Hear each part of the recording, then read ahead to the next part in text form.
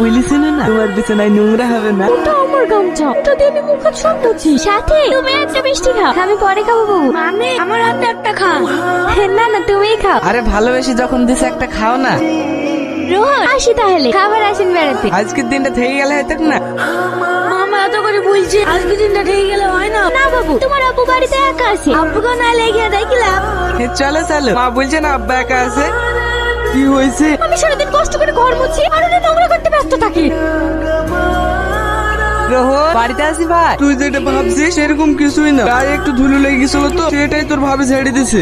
আজকে আমার ছেলের জন্মদিন, ভাবি গেলি সন্ধ্যাবেলা চলে আসি। আমি যাবো না। তোমাকে যেতে হবে মানে যেতে হবে। আমি যেতে পারি কিন্তু একটা শর্ত আছে, তুমি যদি বদলাও তাহলেই আমি তোমার সাথে যাবো। আমি কি এতই খারাপ যে আমাকে নিয়ে তুমি কোথাও যেতে পারবে না? ঠিক আছে, আমি আজ থেকেই বদলে যাব।